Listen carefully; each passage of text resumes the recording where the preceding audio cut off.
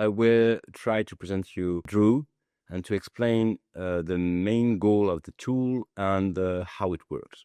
I will first use a composition because it's important to know that you can draw above a composition lively, or you can sketch, you can create things without any kind of composition. We have two ways of animating using drAEw. The first one is the live rendering, and the other one is the onion skinning. In the live rendering, you will automatically create one shape layer after another based on the duration of the frame. So for example, if I select, let's say, a duration of 10 frames, and if I am on the automatic mode, I will immediately see that when I'm drawing something, it immediately appears here, okay? And then it will jump each 10 frames. So I have now something like this. Blah, blah, blah, blah, blah, blah. Okay? I will redo using a duration of 2 frames. And you will see it will be slightly the same thing. I mean, here you have the onion skinning, okay? I'm drawing with my mouse and not with a Cintiq or a Wacom or an iPad, but you can imagine what you can do with these kind of things. And I'm just, I'm just playing with the tool. So the tool is creating on this, using this feature, is creating one shape layer at a time. And this shape layer, what is interesting is that this shape layer can be edited. For example, here I will change the color. So as you can see now, I'm in After Effects and the string is now green, okay? But I can also here increase the width, okay? And if I want to open the properties panel, I will have everything. I can change the cap, the join of my lines. So now I have something different. It's a vector, so I can select here in my group and in my path and in my stroke the dashes, okay? I can type dashes here. That's the same thing. And I can immediately, and I think that you understood that I can immediately add a gap. And if I use the wrong one, I would have something maybe interesting like this. Here we go. So that's a stroke. And I will delete them. In the live mode, the automatic mode, you also have the fill. So the possibility to, for example, to have no stroke, I mean a 0 pixel width, so no stroke, and just the fill. So now I will have my fill here, and this fill will be directly implemented in the timeline, just like this. Yeah, so with my mouse, once again, maybe some of you already seen some videos that I made about drAEw and this kind of approach. So once again, since you are using vectors, you can modify the shape and you can also modify the color. You can modify the opacity, because the opacity that you have there or there for the fill, for example, is directly included when you are pushing your shapes from drAEw to After Effects. So that's really interesting, because if I have something like this and like that, I will have the different opacity visible. We will have different brushes. This one, it's based on the speed. If I stay there,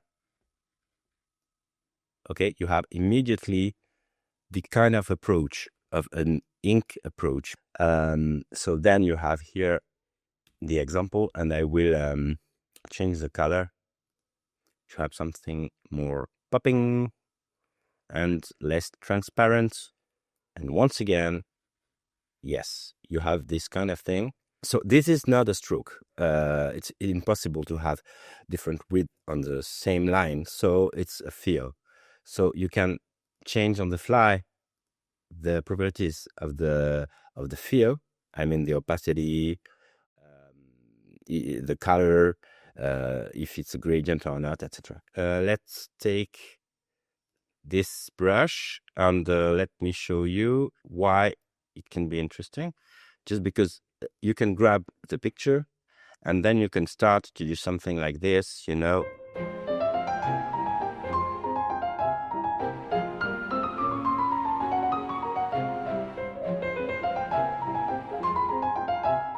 And then what do we have? So it's based on 2 frames duration, and we'll have something like in full quality. Yeah, it's quite discreet, but you have the movement here.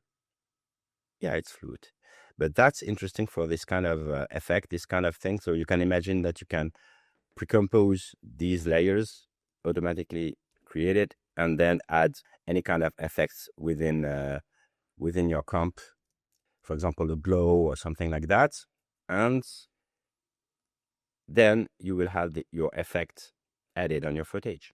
So that's it for the automatic mode.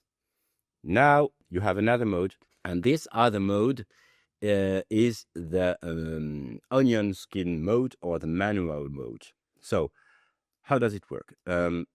You will see what you are doing lively, but not within the comp, just in your panel. And then you will push your contents as layers or as one single framed layer. So let me show you. So let's imagine that I want to highlight this part.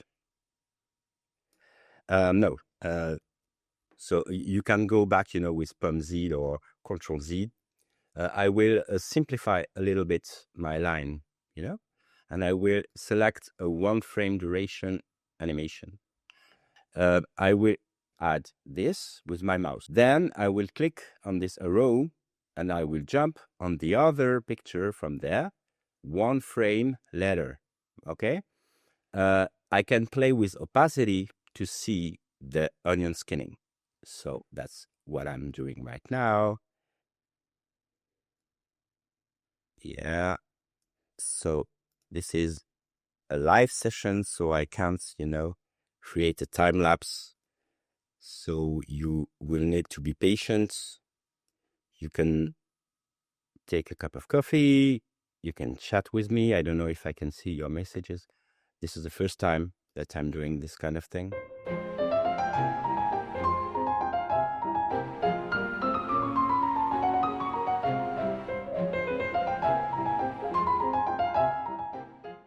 Let's push a single layer with all these shapes sequenced.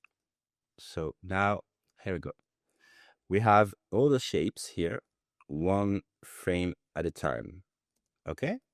So what I can do now is to copy and paste, for example, the keyframes to reproduce the animation, or use an expression to remap, to have a loop using the remap expression with the time. So here we go. You have, this above the footage.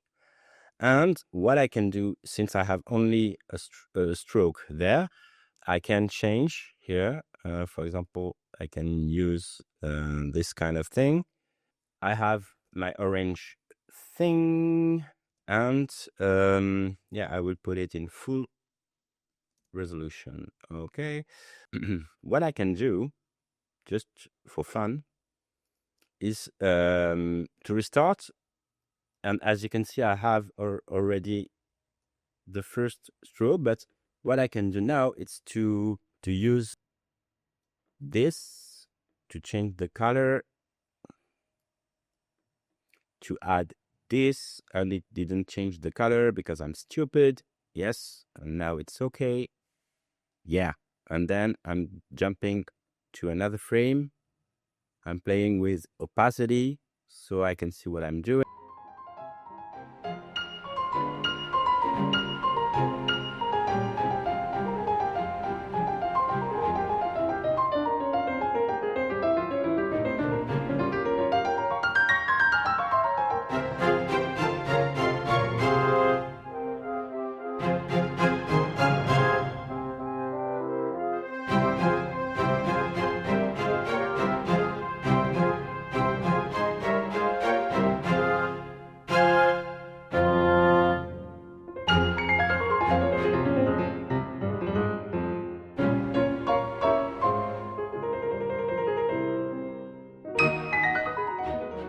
You can see the CTI jumping, you know, one frame to another.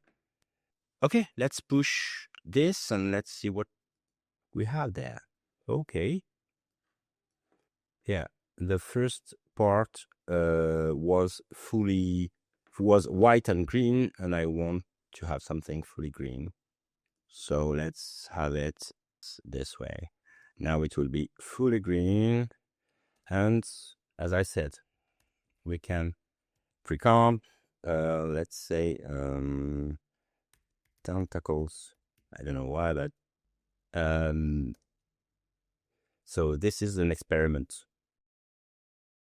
of what you can do with drAEw. I will have one called Capellini. Why? Just because I love pasta, and just because we are looking closely, as you can see, you have different lines and they are attached. So what will happen? You can imagine that I will immediately use layers. I will push my layer. So my layer is just one frame long. I will put my layer there and in full resolution. And here you have the possibility to edit as usual, and you have many lines, and that could be something really interesting to create animations, you know, with a cool look and feel, like almost with a paintbrush or something like that. But these are vectors. Let's test another brush just for fun. I love this one, pixels. This is a small pixel. Let's create a bigger one. This is also a small pixel. And this is another big pixel. Now I will change the color and the opacity. And I will create this straight line. And something interesting with this kind of brush, even if you can animate it, is that you can push it, you know,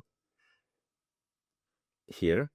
You can push it, and you can using the advanced 3D, you can use the extrusion depth, you know, and then you create something, really interesting. I mean, because you can animate each part of the pixel brush. So, I mean, if you are an adventurer, you can imagine that you would animate everything here. And that's a cool way to create voxels or pixels animations. You have an intersection here that can be interesting. So I didn't add a camera, but I let you imagine what you can do with lights and camera. If you want to make fancy stuff, you know, with an electrical approach, electric-ish, I don't know the word in English exactly, just use this brush. We've seen the ink, and you also have the cousin calligraphy, and it's the opposite. I mean, it's the speed will increase the width. You can have this kind of thing that you can't create, and that's better. So yes, this is just an available stroke in some kinds of productions. You may need to animate, in a hand-drawn style, this kind of visual. To grab the background color, I will need to have a solid or a shape, and then it will appear in draw. Okay, so now I will try to use this. So that's something fun, and you can play, you can create better than I'm doing right now in this demo, some composition and animate them like we saw before. You can how can I say that? You can fine tune everything that you are creating in the panel. Okay, so you can animate and you can draw. On one hand, it's to animate things above footage or directly, and on the other hand, it's to sometimes to draw in your canvas something that you can use in your composition, and you can animate what you're doing. But I will explain, for example, the watercolor brush is really special because you will have something that are vectors.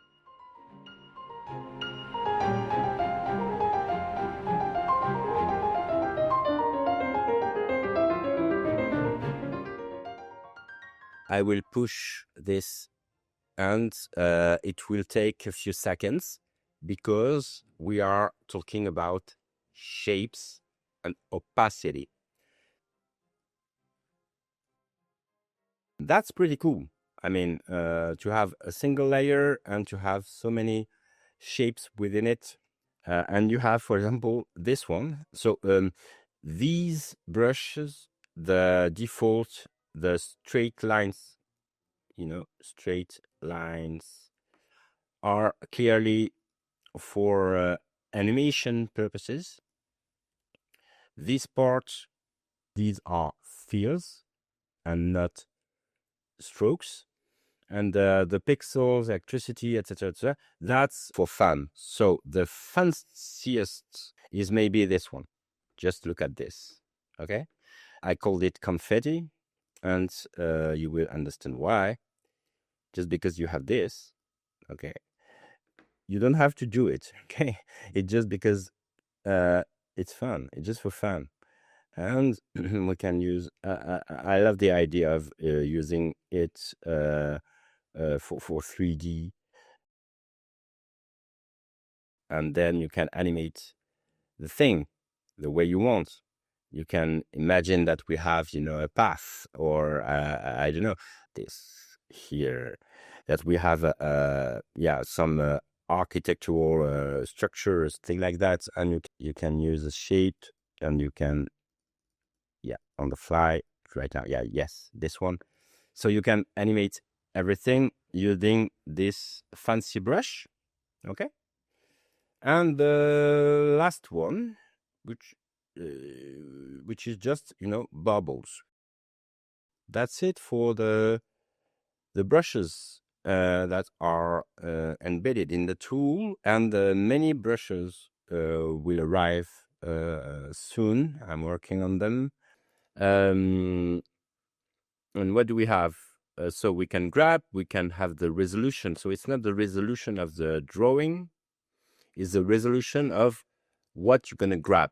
If I'm in full resolution, when I will grab the image, the picture, so you will have the full resolution, if you can notice, and you will draw above footage using this full resolution, and that's for precise tracing. Okay, the simplifier there. So let's say that I want to have a precise tracing. I will use the full resolution. But when I will use my animation tool, it will take a few seconds to load the next frame and to continue to do my stuff. Okay, here I have my opacity so I can see what I'm doing, but I think that you get it. And you will see a difference with another resolution. So let me push this first. So I stay in full resolution, and I have, my drawing, which is fully messed because it was here, because my CTI started here, I guess. Yes. So really important to position your CTI where you started to animate. But let's say I'm in quarter resolution. When I will grab my image, it will be faster. Let's do it again. It will be faster, okay, but the resolution will be at quarter here and quarter there. So I can trace once again my animation. As you can see, it's really faster. But some users during the beta test phase told me that they prefer to have, a full resolution image, because I will do something for you. You can grab the picture in almost full screen mode like this. So if you have quarter resolution, and if you want to have something really precise, like 2-pixel line for a correction of something here, you know what I mean? Having this is not ideal, and maybe you want to have this kind of picture, okay, in full resolution, and to animate in full resolution.